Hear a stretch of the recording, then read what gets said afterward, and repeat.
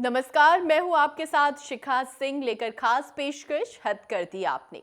चुनाव नजदीक है, सभी नेता अपने अपने अंदाज में एक दूसरे पर निशाना भी साध रहे हैं, लेकिन इस दौरान नेताजी मर्यादा या यूं कहें कि नैतिकता को ताक पर रखकर बयान दे रहे हैं। हालांकि ऐसे बयान से नेताजी बयानवीर तो बन जाते हैं, लेकिन सवाल ये कि क्या आम लोगों के बीच उनकी छवि ढंग की बन पाती है, और क्या इस तरह के बयान सिर्फ नाम बटोरने के लिए है, मीडिया कवरेज के लिए है, या फिर अपने को चर्चा में रखने के लिए। खैर, नेताजी का मकसद कुछ भी हो, लेकिन इस तरह के बयान से बुरा असर उनके वोटर्स पर ही पड़ रहा है। तो आज हम ऐसे ही कुछ नेताओं के बयान आपको सुनवाएंगे, जिन्होंने हमें यह कहने पर मजबूर कर दिया, हद कर दिया आपने।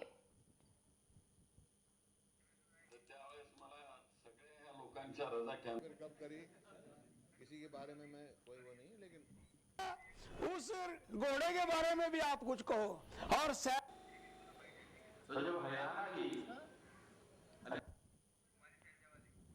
तो पिछले दिनों कुमारी सैलजा ने मंत्रिमंडल से त्यागपत्र देकर राज्यसभा का रास्ता चुन लिया। इसके बाद कई नेताओं ने अपने अपने तरीके से बयान दिए। आइए आपको सुनवाते हैं किसने क्या कहा। इलेक्शन आ रहे हैं, तो जैसा बारात दो किस्म के घोड़े होते हैं, एक रेस का घोड़ा, एक बारात का घोड़ा।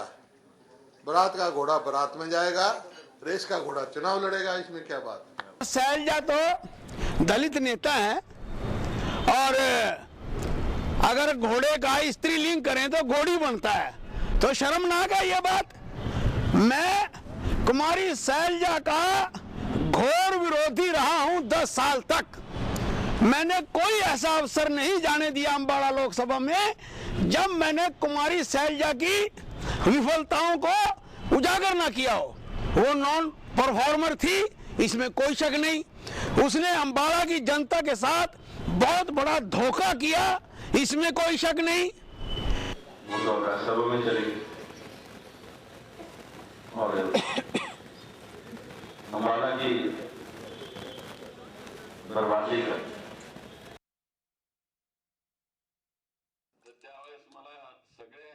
तो ये आपने सुना कुमारी सैलजा पर हमारे मुख्यमंत्री हो या फिर रतनलाल कटारिया या फिर दूसरे नेता, सभी ने सभी हदें पार करते हुए ये कहने पर, ये जो कुछ कहते गए, इन्होंने जैसे जैसे बयान दिए, उसके बाद मुंह से एक ही बात निकलती है, हद कर दिया आपने। वाकई एक नेता राज्यसभा का रास्ता चुनती हैं और उसके बाद बयानबाजी शुरू, घोड़ा घोड़ी तक पहुंच चुकी है। भाषा की मर्यादा कहाँ है? घोड़े के बारे में भी आप कुछ कहो। और हैरानी होती है ये सब कुछ सुनकर कि आखिर हमारे राजनेता कर रहे हैं तो क्या कर रहे हैं। आखिर इस तरह की बयानबाजियों की जरूरत क्या है, ये भी एक सवाल खड़ा होता है। लेकिन इस सवाल का जवाब इस बात से मिल जाता है कि अगर ऐसी बयानबाजियां नहीं करेंगे तो मीडिया कवरेज नहीं मिलेगी।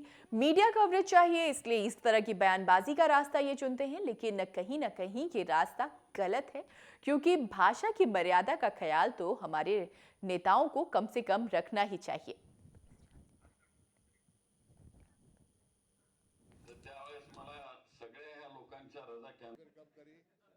किसी के बारे में मैं कोई वो नहीं, लेकिन उस घोड़े के बारे में भी आप कुछ कहो।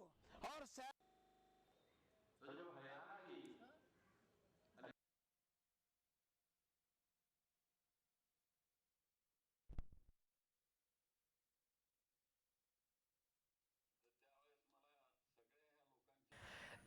पर फिर आपको सुनवाते हैं कि क्या कुछ कहा हमारे राजनेताओं ने। तो जैसा बारात दो किस्म के घोड़े होते हैं, एक रेस का घोड़ा, एक बारात का घोड़ा। बारात का घोड़ा बारात में जाएगा, रेस का घोड़ा चुनाव लड़ेगा। इसमें क्या बात है? सैलजा तो दलित नेता है, और अगर घोड़े का स्त्रीलिंग करें तो घोड़ी बनता है, तो शर्मनाक है ये बात। मैं कुमारी सैलजा का घोर विरोधी रहा हूं 10 साल तक। मैंने कोई ऐसा अवसर नहीं जाने दिया अम्बाड़ा लोकसभा में जब मैंने कुमारी सैलजा की विफलताओं को उजागर ना किया हो। वो नॉन परफॉर्मर थी, इसमें कोई शक नहीं। उसने अंबाला की जनता के साथ बहुत बड़ा धोखा किया, इसमें कोई शक नहीं। वो तो राज्यसभा में चली गई और अंबाला की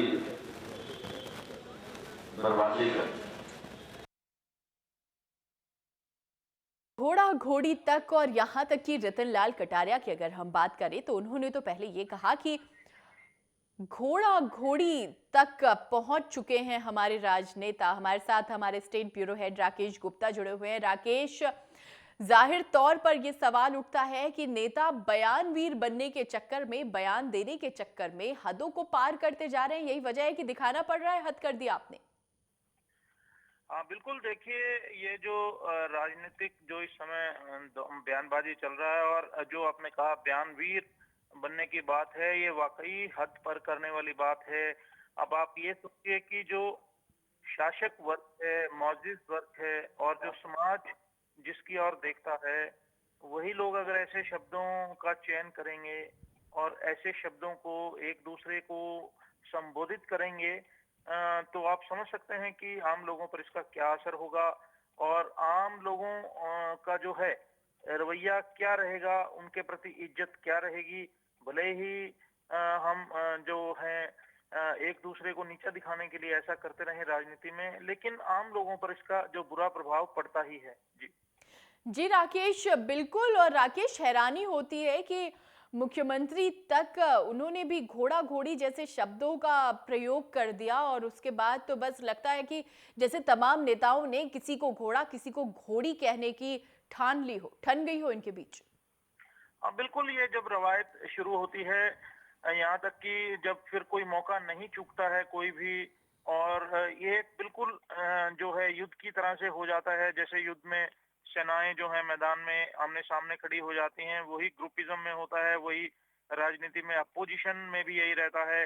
अब ये जिस तरह से लगाएं कि मुख्यमंत्री का बयान था, हालांकि मुख्यमंत्री ने बाद में इनकार किया कि उन्होंने इस संदर्भ में नहीं कहा है लेकिन उसके बाद जिस तरह से गुटबाजी सामने आती रही, जो उनके पक्ष के लोग हैं वो अक्सर बजाय कि इस बात के खंडन करने की कि ये शब्दों का इस्तेमाल हुआ वो गलत था या खेद है इस बात के लिए, बजाय इसके कि वो उसी बात पर करते रहे कि हाँ बताएं कि घोड़े तो दो ही तरह के होते हैं, इसमें क्या अतिशयोक्ति है, और एक बारात का होता है और एक जो रेस का घोड़ा होता है। और इसी तरह से जो दूसरे लोग थे सामने वाले वो और तरह से उसी बात को करने लगे। अब इसमें एक बड़े नेता का बयान आया कि कुछ लोग अपने आप को जो हैं बारात के घोड़े हैं लेकिन वे रेस का घोड़ा मानते हैं। बिल्कुल। और राकेश, हैरानी होती है ये सुनकर कि इस तरह के भी शब्दों का प्रयोग किया गया कि कुमारी सैलजा तो महिला हैं इसलिए उनके लिए घोड़ा नहीं बल्कि घोड़ी शब्द का प्रयोग करना चाहिए। हम एक बार फिर से सुनवाते हैं अपने दर्शकों को बयान वीरों के वो बयान जिन्होंने ये कहने पर मजबूर कर दिया है हमें, हद कर दिया आपने। इलेक्शन आ रहे हैं तो जैसा बारात दो किस्म के घोड़े होते हैं, एक रेस का घोड़ा, एक बारात का घोड़ा। बारात का घोड़ा बारात में जाएगा, रेस का घोड़ा चुनाव लड़ेगा, इसमें क्या बात। सैलजा तो दलित नेता है और अगर घोड़े का स्त्रीलिंग करें तो घोड़ी बनता है, तो शर्मनाक है ये बात। मैं कुमारी सैलजा का घोर विरोधी रहा हूं 10 साल तक। मैंने कोई ऐसा अवसर नहीं जाने दिया अम्बाड़ा लोकसभा में जब मैंने कुमारी सैलजा की विफलताओं को उजागर ना किया हो। वो नॉन परफॉर्मर थी, इसमें कोई शक नहीं। उसने अम्बाड़ा की जनता के साथ बहुत बड़ा धोखा किया, इसमें कोई शक नहीं। वो तो राज्यसभा में चली गई और अम्बाड़ा की बर्बादी कर अम्बाला की बर्बादी के लिए जिम्मेदार ठहरा रहा है। कोई बारात का घोड़ा बता रहा है तो कोई कह रहा है कि घोड़ा नहीं घोड़ी कहिए, महिला है। लेकिन क्या किसी महिला के लिए तो क्या किसी पुरुष के लिए ऐसे शब्दों का प्रयोग करना आप उचित मानते हैं? क्या हमारे राजनेताओं के मुंह से ऐसी बातें अच्छी लगती हैं? और हमारे state bureau head Rakesh Gupta हमारे साथ जुड़े हुए हैं। राकेश, हैरानी होती है इस तरह की बातों पर कि एक बड़ी नेता के लिए इस तरह के शब्दों का प्रयोग किया जा रहा है। आरोप प्रत्यारोप अलग बात है, लेकिन इस तरह के शब्दों का प्रयोग करना कहीं ना कहीं बेहद शर्मनाक है। बिल्कुल बिल्कुल, जो आपने कहा कि ये ना केवल शर्मनाक है, निंदनीय भी होना चाहिए, क्योंकि जिस तरह से डेमोक्रेटिक व्यवस्था में हम लोग रह रहे हैं और दुनिया में देश जो है सबसे बड़ा डेमोक्रेटिक राज्य माना जाता है, और जिस तरह से शब्दों का आदान प्रदान है वो चयनित होना चाहिए, असंवैधानिक नहीं।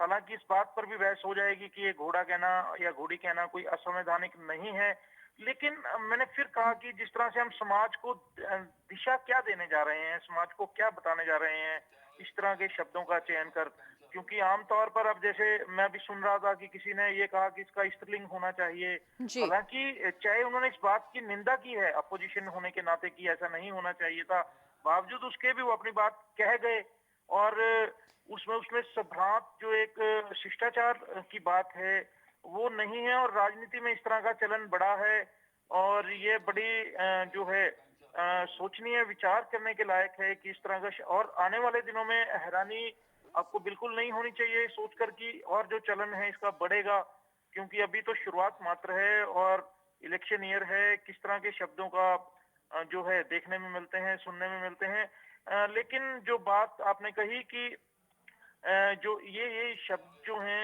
इनका चलन होना चाहिए या नहीं होना चाहिए, और खासकर इस स्तर पर ऐसा लगता है कि जैसे गली मोहल्ले की लड़ाई हो, बिल्कुल। आमतौर पर दो आम जो हैं जन लड़ रहे हों।